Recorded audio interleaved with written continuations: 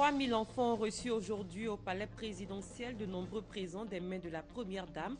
C'était à l'occasion d'un arbre de Noël organisé par la fondation Children of Africa. La cérémonie a enregistré la présence du président de la République.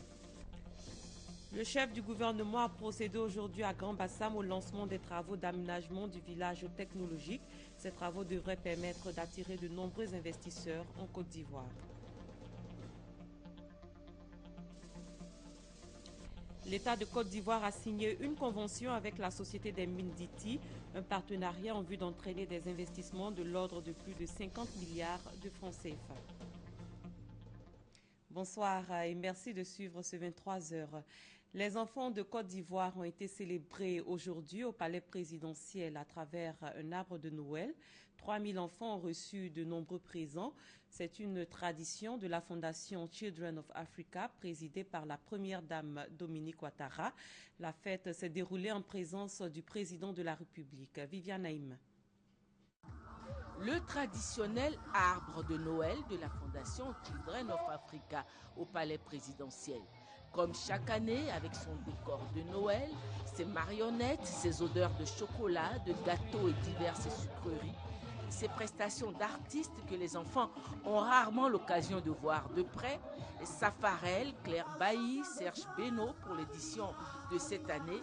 Et comme lors des précédentes fois, des milliers d'enfants invités par la fondation Children of Africa et sa présidente, la première dame Dominique Ouattara, heureuse de passer cet après-midi avec ses petits invités. Au nom de tous ses petits camarades de ce samedi après-midi, la petite Kassoum Feissatou, venue de la région du Sud Komoué, a dit merci, maman Dominique Ouattara. Maman Dominique, ce samedi 20 décembre 2014 restera aggravé à jamais dans nos esprits. Maman Dominique, merci. Que le Tout-Puissant vous protège et vous bénisse, ainsi que Papa Alassane Ouattara. Joyeux Noël à tous. Ce sont 3000 enfants qui ont été invités pour cet arbre de Noël, mais pour tous ceux qui n'ont pas eu cette chance, des arbres de Noël éclatés vont être organisés, a promis la première dame Dominique Ouattara. C'est un grand moment de retrouvailles où les enfants de tous horizons, de toutes les classes sociales et de toutes les conditions se retrouvent pour vivre ensemble la magie de Noël. Vous êtes 3000 enfants au total aujourd'hui, mes enfants, à avoir eu la chance d'être ici, à profiter de toutes les merveilleuses activités que nous vous avons préparées. Pour mes chers tout-petits qui n'ont pas pu être présents parmi nous et pour tous ceux de l'intérieur du pays, nous avons préparé comme chaque année des arbres de Noël éclatés. Cette année, 10 000 enfants de toutes les régions de Côte d'Ivoire pourront en bénéficier. Permettre aux enfants bâtisseurs de la Côte d'Ivoire de demain de se familiariser avec les institutions qui dirigent notre pays, a dit la première dame. À cet effet, comme lors de toutes les précédentes éditions, le président de la République était aussi de la fête, à la grande joie des enfants et de leurs parents. Le Père Noël, héros de ce jour, s'est annoncé dans le ciel du palais, arrivé à bord d'un hélicoptère. Et comme chaque fois, ce fut la même magie qui s'est opérée. Les enfants toujours impressionnés de voir Papa Noël.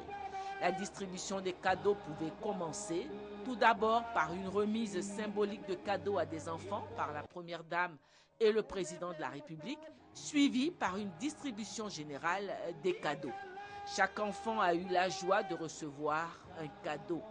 C'est par un cocktail offert aux enfants et à leurs parents par le couple présidentiel que la fête a pris fin.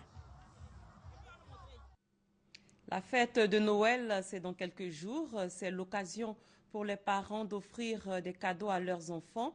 Mais ce choix si important est parfois difficile. Comment l'opérer au mieux pour le bonheur à la fois des parents et des enfants? Serge Koleya nous aide à répondre à cette question. Les fêtes de fin d'année, une occasion pour les parents de faire plaisir à leurs enfants en leur offrant des cadeaux.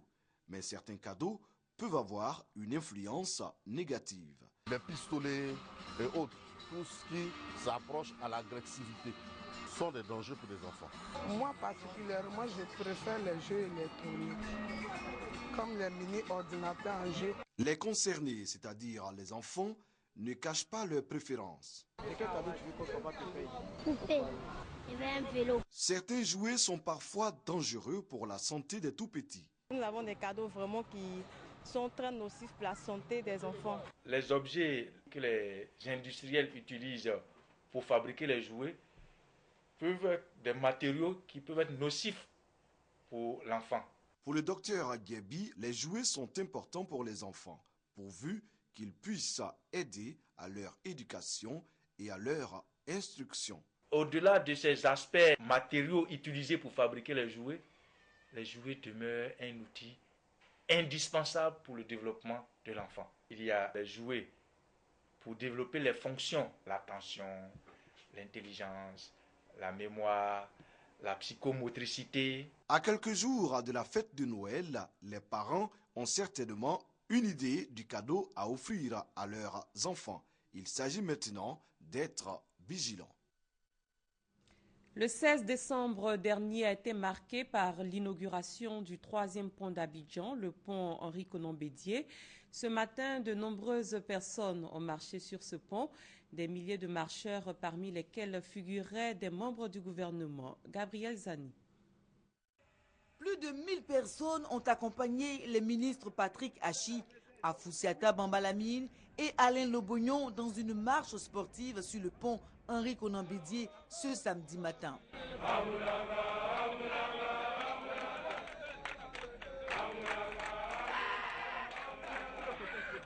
En sport, pour jauger la qualité, la solidité de l'ouvrage, chose qu'on ne peut apprécier dans un passage en voiture.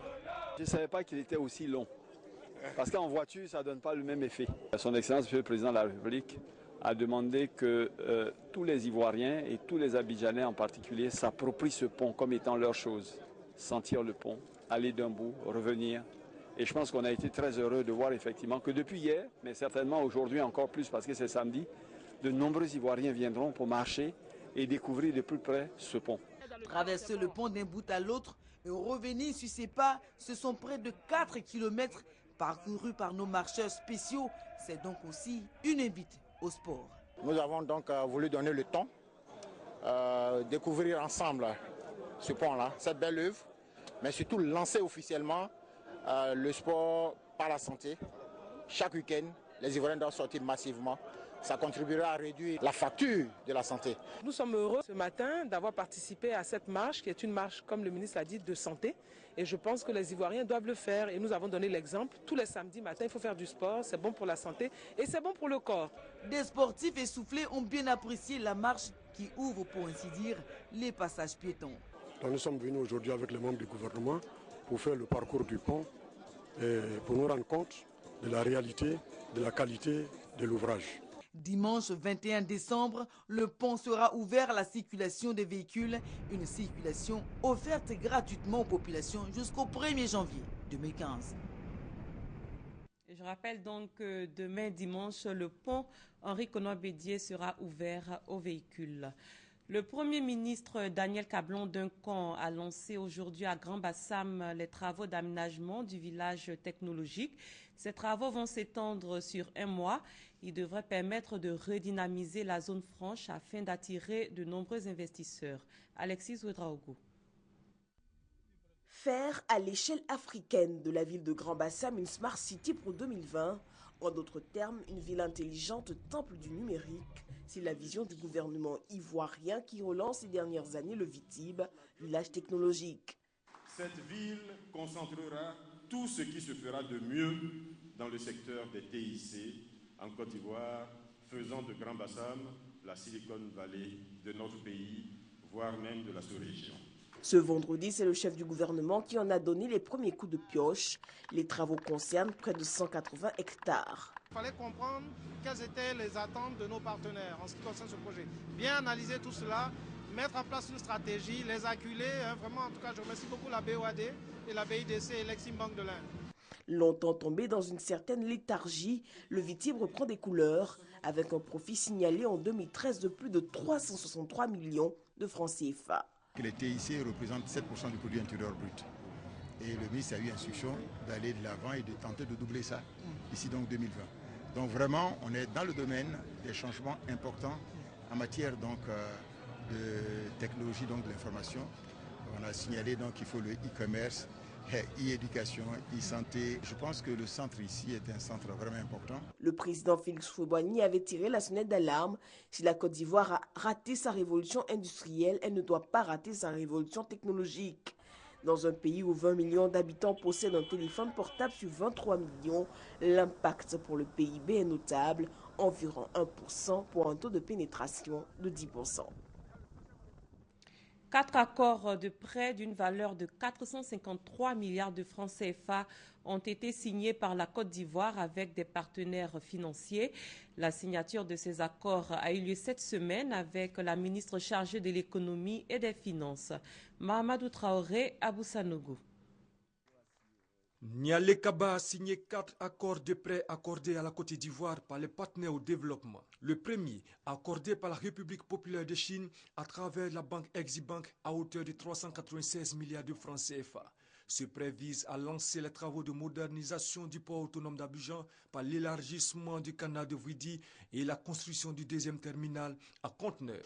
La deuxième convention de prêt est concédée par la Banque mondiale à notre pays à hauteur de 37 milliards de francs CFA.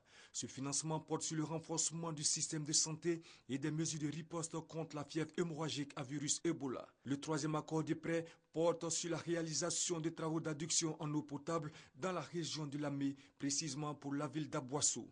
Il sera réalisé grâce à un concours financier du Fonds cohésien pour le développement économique arabe. Montant du prêt, environ 12,5 milliards de francs CFA. Enfin, c'est la Banque d'investissement et de développement de la CEDEAO, BIDC, qui a accordé à la Côte d'Ivoire un prêt de 7 milliards de francs CFA, répartis comme suit. 4 milliards de francs CFA pour le financement partiel du projet d'aménagement et de bitumage de l'axe Thiébissou-Didiévi, long de 42 km, et 3 milliards de francs CFA pour le renforcement du système d'alimentation en eau potable de la ville de Tafiri et des localités environnantes. À toutes ces institutions financières, la ministre Nialé Kaba a dit merci pour leur soutien constant à la Côte d'Ivoire et a promis une utilisation optimale des ressources.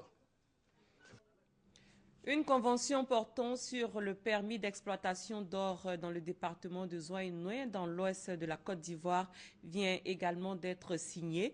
C'est un partenariat entre l'État de Côte d'Ivoire et la Société des mines d'Ity. Elle devrait entraîner des investissements de l'ordre de plus de 50 milliards de francs CFA. Guy-Roger Nguesson, Alvorassa. C'est un investissement de 51,3 milliards de francs CFA que s'apprête à réaliser sur la période 2015-2016 le groupe Mancha, actionnaire majoritaire de la Société des mines d'Ity. Son objectif, la construction d'une nouvelle usine pour accroître la production d'or actuelle de 2,4 tonnes à plus de 3,5 tonnes par an. La mine d'Ity, la plus vieille en exploitation à l'ouest de la Côte d'Ivoire, possède encore une réserve de l'ordre de 39 tonnes. La présente signature de convention entre l'État de Côte d'Ivoire et la Société des mines d'Ity vise à garantir une stabilité fiscale à l'opérateur par l'exonération d'un certain nombre d'impôts durant la durée de vie de l'exploitation. Vous savez que l'activité minière, ça se caractérise par des investissements qui sont lourds et donc des rentabilités qui sont longues à obtenir. Donc c'est très important pour un opérateur comme nous de disposer, enfin de pouvoir, je dirais, apprécier une stabilité dans les dispositions fiscales, par exemple, auxquelles nous sommes soumises. Et donc cette convention, elle vient bien donner cette stabilité. En plus de s'assurer de nouvelles recettes, le gouvernement ivoirien veut par cette signature redynamiser son secteur minier et le rendre encore plus attractif. Notre pays reste sur le plan du développement minier au niveau de l'or très compétitif. Malgré la baisse récente des cours de l'or, cet investissement prouve que notre pays a encore beaucoup de potentiel qui peuvent se réaliser. Les activités donc restent compétitives, rentables. La construction de la nouvelle usine de la Société des mines d'Ity va générer 200 emplois directs supplémentaires. Il est également prévu la mise en place de 2 fonds, l'un consacré au développement communautaire dans la zone d'exploitation et l'autre destiné à la gestion des impacts environnementaux. La révision de loi du 14 décembre 2004 portant régime juridique de la presse était récemment au centre d'une rencontre. Elle a regroupé les acteurs et professionnels du secteur. Il s'agissait pour ses participants d'établir une nouvelle ligne droite et légale dans l'activité de la presse en Côte d'Ivoire. Konaté Moussa. La loi numéro 2004-643 du 14 décembre 2004 portant régime juridique de la presse régit l'activité de presse en Côte d'Ivoire. Mais 10 ans après son adoption, cette loi, aujourd'hui dépassée, a besoin d'être remodelée, surtout avec l'avènement des services de presse en ligne ces dernières années. Le problème créé à cette loi, c'est qu'elle ne parle pas du tout des journalistes qui travaillent dans la presse en ligne. Elle ne parle pas non plus des entreprises de la presse en ligne, ça n'existe pas. Cette loi-là donne des non-pouvoirs aux directeurs de publication, quelquefois même des pouvoirs du propriétaire légal de l'entreprise. Il y a souvent des confusions. En séminaire à Grand Bassam, à l'initiative du ministère de la Communication, les professionnels de la presse se penchent sur la question. Il s'agit de mener des réflexions et faire des propositions. Cette loi, disons-le tout net, aura permis des avancées notables avec la suppression de la peine privative de liberté en matière de délit de presse. Cependant, avec les bouleversements intervenus dans l'histoire de notre pays au cours de la dernière décennie, celle-ci s'est avérée de plus en plus inadaptée, surtout aux nouvelles perspectives de développement qui s'ouvrent à la Côte d'Ivoire. Chers amis de la presse, c'est dire que les résultats de vos réflexions sont très attendus. C'est à l'issue des États généraux de la presse tenus en août 2012 que la révision de cette loi a été souhaitée par les acteurs. Ce séminaire permettra donc d'élaborer un avant-projet de loi consensuelle qui sera mis à la disposition du ministère de la Communication. Il entend mettre son expérience au service d'une Côte d'Ivoire unie. Le mouvement des élèves et étudiants de Côte d'Ivoire, MESSI, signe son retour sous l'appellation MESSI Maison Mère. Cet ancien syndicat estudiantin scolaire compte en son sein les ministres d'État Ahmed Bakayoko, Mabry Touakeus et le ministre Kobena Djoumani Kwasi. Il a lancé récemment ses activités. Guillaume Zéré, Léon Brou. Mettre au service de la Côte d'Ivoire l'expérience acquise au sein de l'ex-mouvement des élèves et étudiants de Côte d'Ivoire en abrégé MESSI, tel est le leitmotiv qui a guidé la mobilisation ce 15 décembre de ces anciens syndicalistes du système éducatif ivoirien. Cadres et hauts cadres d'aujourd'hui, ces anciens réunis au sein de MESSI Maison Mère partagent encore la même foi, celle que le salut de la Côte d'Ivoire procède de l'union de ses fils. Nous appelons tous les MESSistes au rassemblement autour du Faux-Bagny, autour de l'œuvre du Faux-Bagny, mais nous appelons tous les MESSistes au rassemblement autour du docteur Alassane Ouattara. Nous appelons tous les MESSistes de Côte d'Ivoire au rassemblement autour du président Aimé Henri Konan Bédié. Nous appelons tous les MESSistes de Côte d'Ivoire au rassemblement autour de la paix de Daoukro. Membre actif hier pour soutenir les grandes actions de feu le président Félix Houphouët-Boigny, les ministres d'État Ahmed Bakayoko et Mabry Touakeus et le ministre Kobena Djoumani entendent faire de MESSI Maison Mère, auquel ils appartiennent désormais, un réseau d'influence au service d'une Côte d'Ivoire paisible et disciplinée. MESSI Maison Mère répondra coup pour coup, pacifiquement, à tous les irréductibles, à tous les inflexibles qui rêvent de changer l'équipe gagnante du docteur Alassane Ouattara. MESSI Maison Mère invite ses ex-militants et sympathisants à le rejoindre sur les réseaux sociaux pour une synergie d'action. À cette cérémonie de lancement, ont pris part, entre autres, Paul Akoto-Yao, ancien ministre de l'Éducation nationale, et Léni Sondi Koulibaly, qui représentait le président Henri Konan Bédié du PDCI RDA. Et toujours en politique, le RDR à Boundiali vient d'effectuer sa rentrée politique. C'était en présence de plusieurs cadres du parti, dont le ministre Bruno Nabagné-Koné. Chris Diomondé, à Boussanougou. La réélection du président Alassane Ouattara en 2015. Tel est l'enjeu principal de la rentrée politique du Rassemblement des Républicains dans la région de Boundiali. Bruno Nabagno Kone, cadre du RDR et fils de la région, a donc été choisi par ses pairs pour parrainer cette cérémonie qui vise également à remobiliser les militants de base. À cette occasion, les différents représentants de structures spécialisées et des structures de base du parti ont salué les actions de développement du président Alassane Ouattara. Le parrain, après avoir rendu un hommage mérité aux militants, a lancé un appel à l'union et à la cohésion. Cet appel, c'est celui qui consiste à recréer l'harmonie, à recréer l'union, la cohésion au sein de notre parti. Il leur a par ailleurs demandé de se mobiliser autour de la candidature du président Alassane Ouattara en 2015. Continuez à lui apporter votre support, tout simplement parce que c'est l'avenir de la Côte d'Ivoire. Il n'y a pas d'autre personne en Côte d'Ivoire qui soit aujourd'hui en mesure de faire mieux que ce que fait le président Alassane Ouattara. Les prochaines échéances, les prochains défis dépendent de la force que nous aurons en face des autres. Cette cérémonie a enregistré le soutien du ministre Zakba Komena et de Zemogo Fofana, fils de Boundiali, ainsi que des partis alliés du RHDP. Le Centre de consultation et de traitement d'odontostomatologie de l'Université Félix Houphouët-Boigny organise en ce moment une journée porte ouverte. Elle vise à informer les populations. Au menu de cette journée, des consultations gratuites et des expositions. Éric Gori. Des consultations gratuites, une conférence et des expositions, suivies de la visite des stands. Ce sont les grandes articulations qui ont marqué cette journée porte ouverte du CCTOS, Centre de consultation et de traitement d'odontostomatologie de l'Université Félix Houphouët-Boigny d'Abidjan-Cocody. Un événement qui a eu l'adhésion du grand public et des visiteurs issus du système de santé ivoirien. En tant que responsable du CHU, il était bon que je sois là pour accompagner cette activité et indiquer que finalement, le plus important, c'est que cette journée porte ouverte soit une journée où tout le potentiel soit déployé, de sorte que les populations puissent, comme il a dit, s'approprier ce centre-là. On a fait un tour donc dans les salles qui sont très équipées, mais il reste encore des fauteuils dentaires.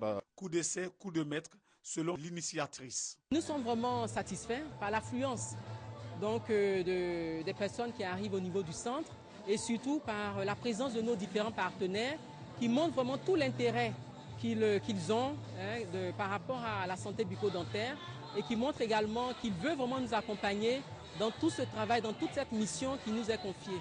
Cette journée porte ouverte célébrait le premier anniversaire du CCTOS, le Centre de consultation et de traitement d'odontostomatologie de l'Université Félix Houphouët-Boigny. Défis, proportions et engagement des organisations de producteurs de la société civile pour la promotion de l'agriculture familiale en Côte d'Ivoire. C'est l'intitulé d'un document élaboré et édité par la Plateforme nationale d'action pour l'agriculture familiale. Ce livre a été présenté récemment à l'INADES de Cocody, nous dit Guy Rogenguessan et Adama Koni. Selon l'ONU, l'agriculture familiale est un moyen de lutte contre l'insécurité alimentaire dans le monde. En Côte d'Ivoire, les exploitations familiales agricoles fournissent 80% de la nourriture consommée. Importante mais peu valorisée, l'agriculture familiale est au centre des préoccupations de l'ONU, qui lui a consacré l'année 2014. Une décision soutenue par la Plateforme nationale pour l'agriculture familiale en Côte d'Ivoire, PANAFSI, qui apporte sa contribution par l'élaboration et l'édition d'un document de promotion.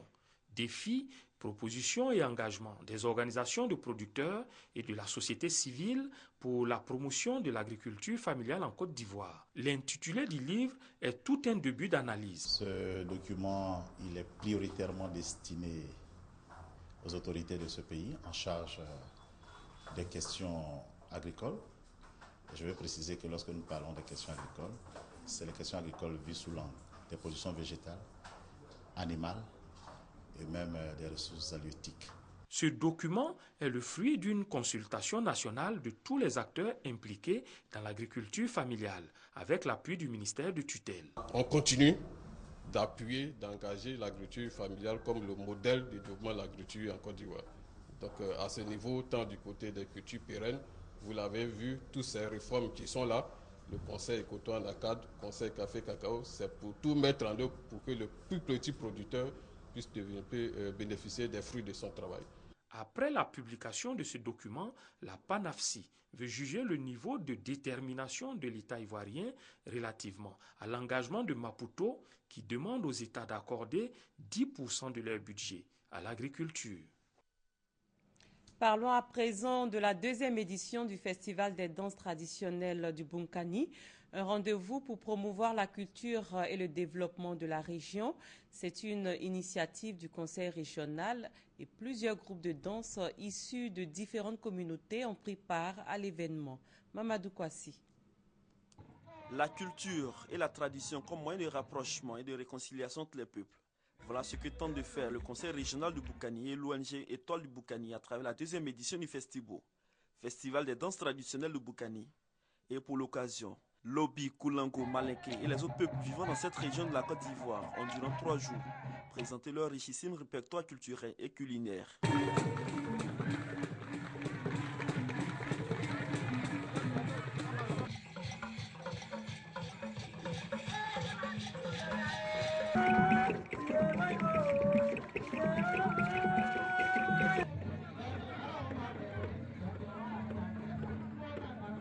Pour le président du conseil régional du Bunkani, Philippe Hien, cette initiative va permettre la réduction du taux de pauvreté dans leur région, car désormais une tradition dans leur plan d'action. Toutes ces richesses que nous avons ici, que nous voulons faire connaître au grand jour et faire du Bunkani une destination touristique prisée pour permettre donc à partir de la culture de lancer notre développement. Propos soutenus par le parrain Lukuman Kamara, fils de la région, qui invite tous les enfants du Bunkani à l'union et à la solidarité afin d'améliorer les conditions de vie de leurs parents. On n'a rien envie au carnaval de Rio, on n'a rien envie au carnaval de Bassam. Donc nous allons l'institutionnaliser, nous allons solliciter le ministère de la Culture pour qu'il soit intégré au programme national des festivités. À côté des danses traditionnelles, des expositions d'art et des défilés en tenue traditionnelle, les 3000 festivaliers ont découvert les atouts touristiques de la région du Bunkani. À l'étranger, le 14 avril dernier, le groupe islamiste Boko Haram a enlevé plus de 200 lycéennes à Chibok, dans le nord-est du Nigeria. L'événement a suscité l'indignation de la communauté internationale. 8 mois après, les lycéennes restent captives et les autorités nigérianes, tout comme leurs familles, sont toujours sans nouvelles d'elles. Suivez ce reportage. C'était le 14 avril dernier. Le groupe islamiste Boko Haram prenait d'assaut l'internat de la ville de Chibok dans le nord du Nigeria. 276 lycéennes sont kidnappées. 8 mois après, 57 filles ont réussi à s'enfuir, mais le sort de 219 d'entre elles reste toujours inconnu.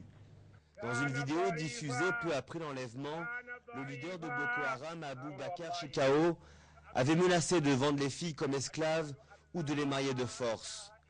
Puis dans une autre vidéo diffusée en mai, on voit certaines d'entre elles forcées d'expliquer leur conversion à l'islam.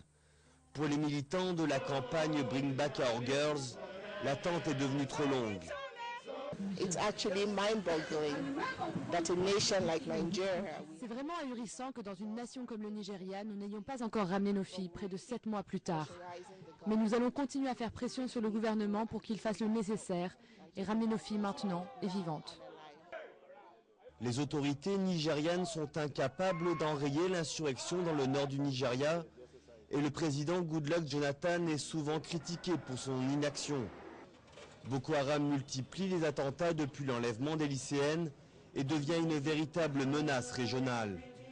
Le nord du Cameroun subit de plus en plus d'incursions sanglantes et le Niger et le Tchad redoutent des attaques.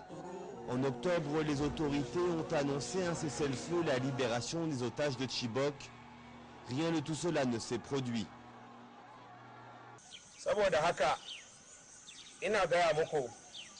Je vous dis que nous n'avons pas conclu de cessez-le-feu avec quiconque. Nous voulons la bataille, frapper, tuer avec des armes à feu, car le goût du métal nous manque. L'enlèvement des lycéennes a suscité une vaste indignation internationale. Depuis quelques mois, la campagne de mobilisation affaiblit. Mais les lycéennes sont toujours retenues et les enlèvements se multiplient.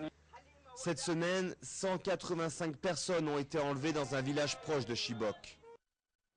Et les Tunisiens votent demain pour choisir leur président. Le second tour oppose le président sortant Monsef Marzouki au favori Béji Caïd Essebsi, arrivé en tête au premier tour. Son parti Nida Tounes a déjà obtenu la majorité relative à l'Assemblée et se dit prête à former une coalition avec de petits partis pour une majorité absolue. Béji Caïd Essebsi et Monsef Marzouki ont donné leur dernier meeting de campagne dans la capitale hier soir. Et notez que le pont Henri Konan Bédié, inauguré le mardi 16 décembre dernier, sera ouvert demain aux véhicules. Et c'est la fin de cette édition. Merci de l'avoir suivi et très bonne suite de programme sur RTI1.